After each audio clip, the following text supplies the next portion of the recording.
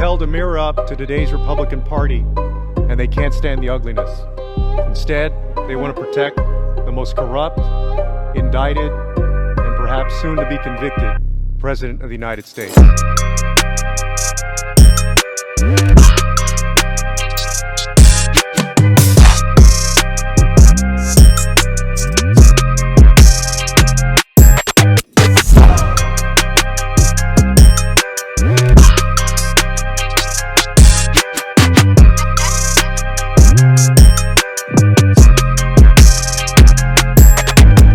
I've spent my life serving this country in uniform, out of uniform, and I would be hard-pressed to find somebody who's more committed to democracy, who has more integrity, who has more commitment to the rule of law than Adam Schiff.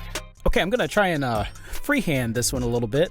I want to make more videos so I can kick these things out to you all, but writing a script... I'm trying to just record this and kick this out to the masses. Raw. How about that? Practicing it. Oh, no. I don't want to do that. I just want to talk. So I'm just going to, be free. And I'm going to do my thing over here. And let's talk about Adam Schiff. Because this dude last week got censured. Now, a lot of people don't know what that is. To be frank, I didn't have a clear understanding of what that even meant. But, we'll get into it in this article, but really it doesn't matter. It's terrible that it happened because Republicans are clearly abusing their power just to get payback on individuals that attacked Trump for the potential collusion, the Russian collusion. And Adam Schiff was basically at the head of that charge from Slate. Adam Schiff is crying all the way to the bank. So the California congressman is fundraising off his censure like it's going out of style. I'm sorry. Republicans... Look, you do something that's crappy, like abuse power in order to try and silence someone that is speaking out against your great leader, your supreme leader, Donald Trump. And they'll get into it, the reasons why, they're going after Schiff. But seriously, so you do this, and it's not even the thing you wanted to do. You really wanted to go after Biden. This article is going to talk about that too. But this is ultimately just going to backfire. So let me jump in. All right. So last week, House Republican majority finally made good on its pledge to censure California Congressman Adam Schiff. It was an act of retaliation for Schiff's role in investigating Donald Trump's 2016 campaign ties to Russia and for Schiff's past statements about the evidence of collusion between Trump's campaign and Russia, as the resolution put it. The censure vote squeaked by, with 213 Republicans voting in support and 6 of them voting present. Not 100% on board. Now, this is where they say it was really meant to go after Joe Biden, right over here. But they couldn't do that, so they went with Schiff. They wanted to include a $16 million fine if it was found that he ever lied at some point in an ethics investigation. But apparently he didn't. They had to take away the $16 million fine. So, yeah, he's been censured, 25th person in the House of Representatives ever to have had that happen too. But listen, this is really not going to work out because it's just making him more popular. It's kind of like the Obi-Wan Kenobi, strike me down and I will become more powerful than you can possibly imagine. I'm pretty sure I messed it up, but this is off the cuff, people. I'm not trying to write a script anymore and do that shit. I'm trying to just record this and kick this out to the masses raw. How about that? Now, I'm going to edit some because I say way too much. And I don't know. Maybe I won't edit. Maybe I'll just put it out there. Whatever. You hear all the mistakes. Whatever. But, yeah. So really what this is going to do is this kind of cemented Adam Schiff's role for going into the Senate.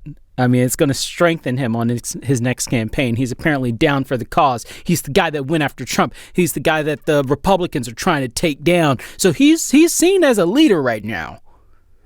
And Republicans kind of helped that along when they really didn't have to. This is, again, them just going back and just trying to get some petty payback for stuff that has already happened.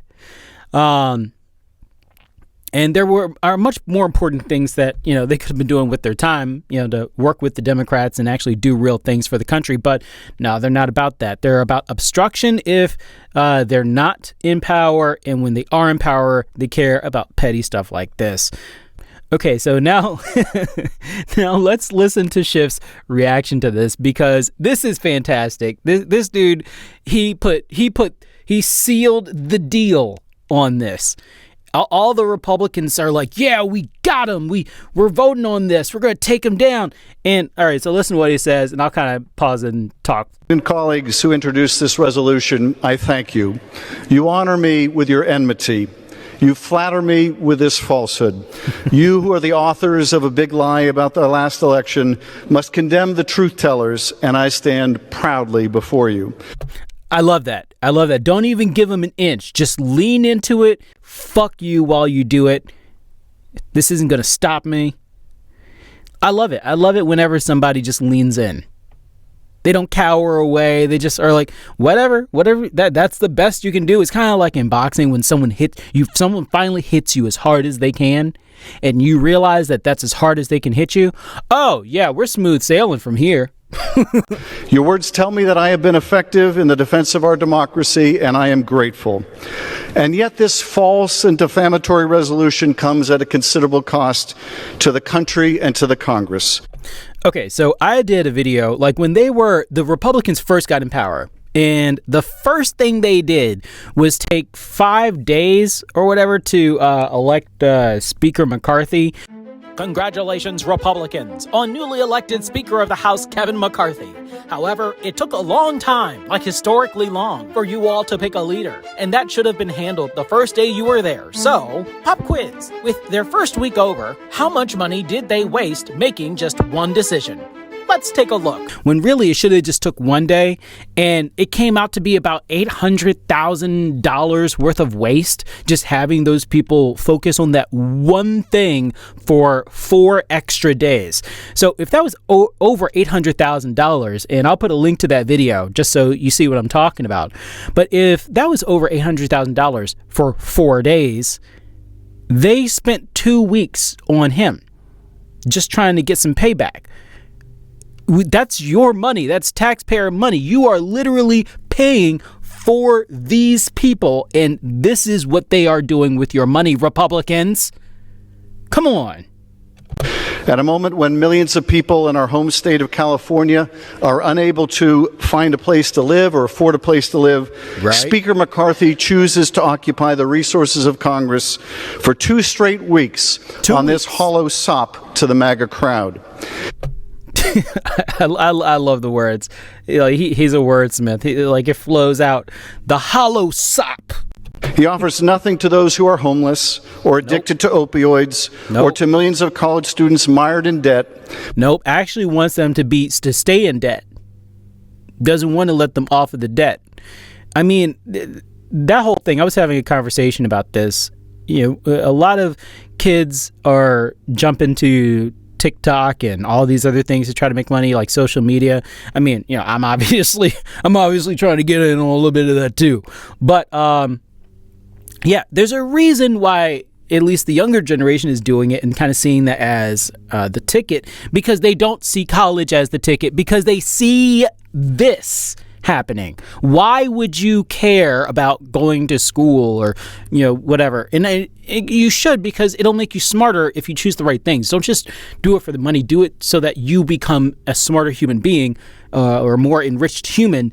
But I mean, career-wise, it's been a nightmare for people to try to deal with college debt and then go into a job market and deal with inflation. So this is what younger generations are seeing. So no, they're not going to think that college is the right move. Anyway, I'm getting off track. But this paltry distraction. Donald Trump is under indictment for actions that jeopardize our national security, and McCarthy would spend the nation's time on petty political payback, thinking he can censure or fine Trump's opposition into submission. But I will not yield, not 1 inch.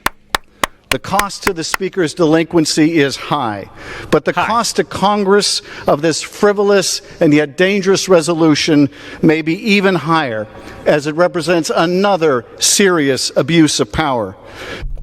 So that's really my biggest concern. That's what led me to actually make this video. I know I'm making a lot of jokes, if they can be called jokes, just whatever.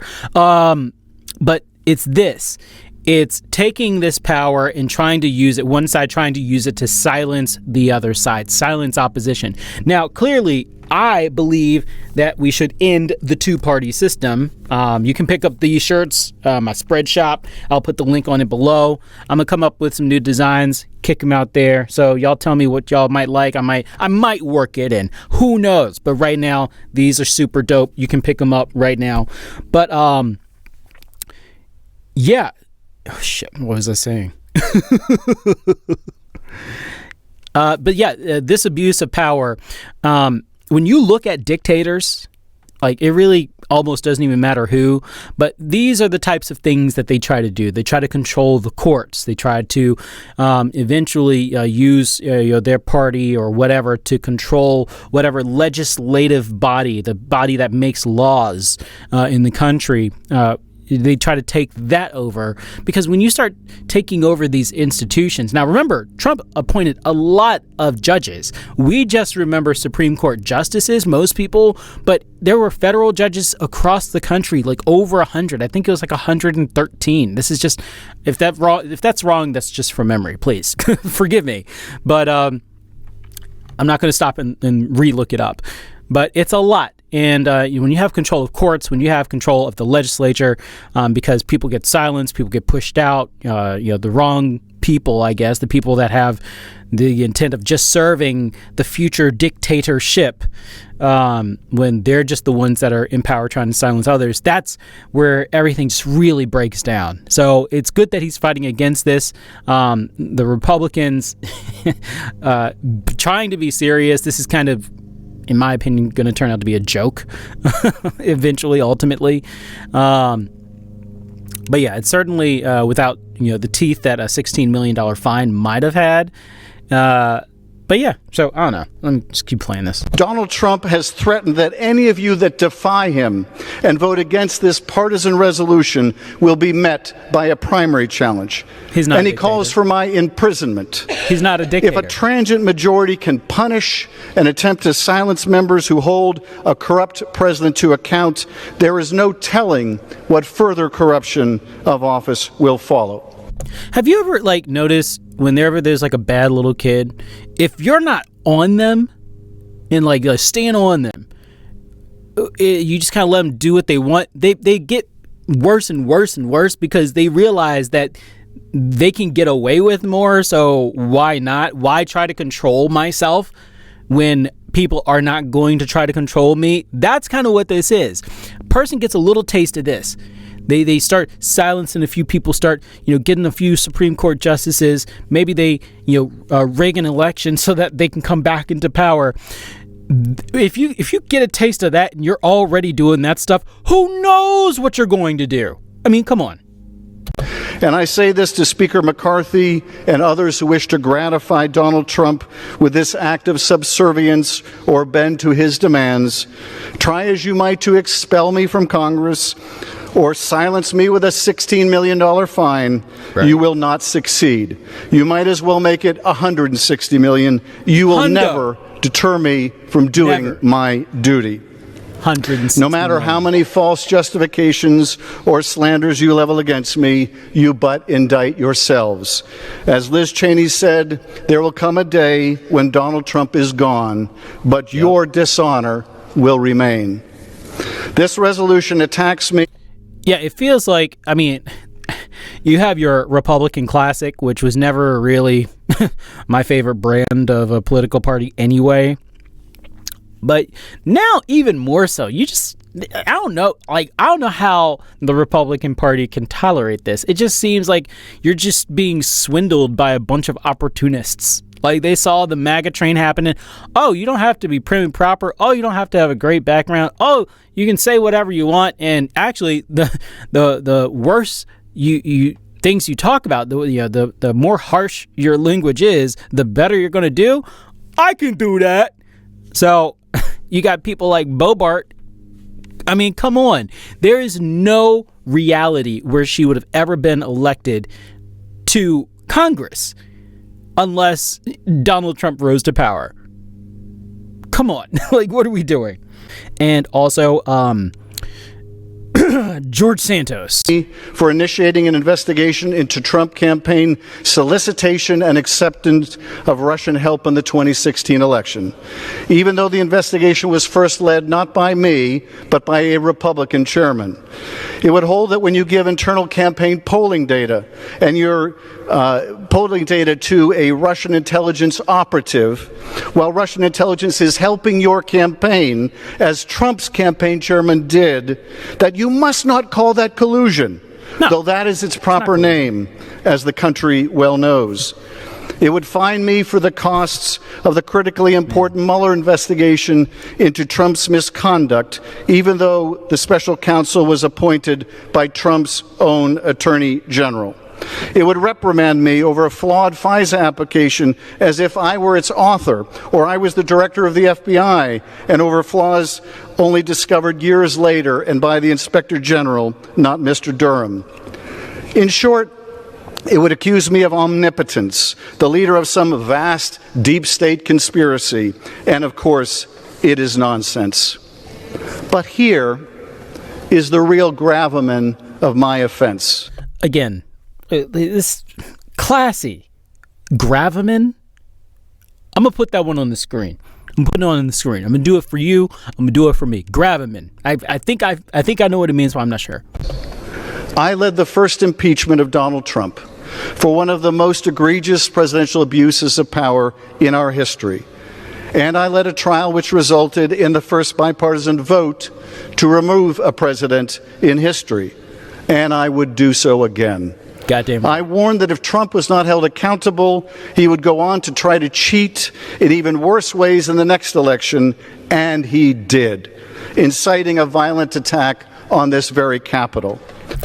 All right, so if that was his second act, like he ran for president initially, he got that, then, you know, he lost and tried to do the whole January 6th thing. If that was his last move, what is he going to do? What if a person is... there's one quote that I really like. I can't remember who says it right now, but it's, "You've come too far to only get this far." Think about that one for a second. If a person has gone to this lengths to gain power and he still wants it, and that other stuff didn't work, the softer things didn't work, oh yeah, he's going to ramp it up for sure. So strap in. It's going to be wild. And after that, I participated in some of the most important hearings in congressional history, hearings that exposed Donald Trump's incitement of a dangerous insurrection to prevent the peaceful transfer of power.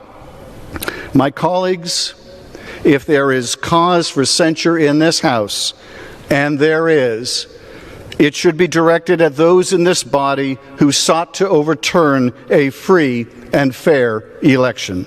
Yep. The question, my Republican colleagues, is not why am I the subject of this false resolution for doing my constitutional duty, but why are you not? Why are you not standing beside me, the subject of a similar rebuke for speaking the truth? Why did you not stand up to Donald Trump? Why did you not reject his immorality? Why did you not condemn his dishonesty? Why did you not speak out when his horde attacked this Capitol, or now when he treats the nation's secrets with such carelessness, lawlessness, and disdain? Why did you hide from efforts to hold him accountable? Why were you silent, afraid, unwilling to do your ethical, constitutional duty? Why did you cower? Why did you cower? And why do you still? Will it be said of you that you lack the courage to stand up to the most immoral, unlawful, and unethical president in history, but consoled yourselves by attacking those who did? Today, I wear this partisan vote as a badge of honor, knowing that I have lived my oath, knowing that I have done my duty to hold a dangerous and out-of-control president accountable, and knowing that I would do so again in a heartbeat if the circumstances should ever require it. I thank you, and I yield back. And colleagues who introduced this resolution. I mean, there you have it. I'm not going to say anything better than that. Support the man. Someone goes out on a limb for you. Someone tries to do the right thing for the country. They need your support. Trump's going to bring in a bunch of money. Already has brought in a bunch of money. I know Schiff's probably bringing in a little more now, but he's just going to be in the Senate. I'm talking about all of the people that are doing the right thing. Look, I made this shirt, right? And this is not a plug. I made this shirt, so I don't really have the greatest love for either party. I don't think that there should be only two. I think that there should be a bunch, and they should have to reach some type of consensus or I can't remember. It starts with a C. Just slips my mind. Coalition. Yeah, coalition of different groups with different leading interests, because I think you would get something that would be a little more of a compromise between all the groups. And the Republicans don't believe in compromise, at least at this level. But that's exactly what we need, because that's the only way everybody's going to get some of what they want. And that's what we got to start understanding. But definitely should be more than these two parties. The Republicans here, let me just say this. The Republicans, I feel like they cheat things, the gerrymandering and rig things to try to get themselves elected more so than Democrats do. Democrats do it some, yeah, but Republicans do it way more. Republicans and the motivations behind the things that they do, I'm never going to be behind. The Democrats at least try and do things, but as a whole, on the federal level, it's like they're too guided by the social leanings of society, and they're almost kind of toothless when it comes to being able to get something done. Like, they want to get it done, maybe, some of them, but do they ever get it done in the way that would be meaningful, in the way that they intended? A lot of times that answer is no, but they're compromising with people that want to destroy them. So that's kind of what happens with all of those ideas. But for the people that are doing the right thing, trying to actually, make this a better place for everybody to live and to be prosperous, then yeah, if people are going to go out on a limb and try and take out somebody that's trying to ruin all of that, then we definitely need to support these people.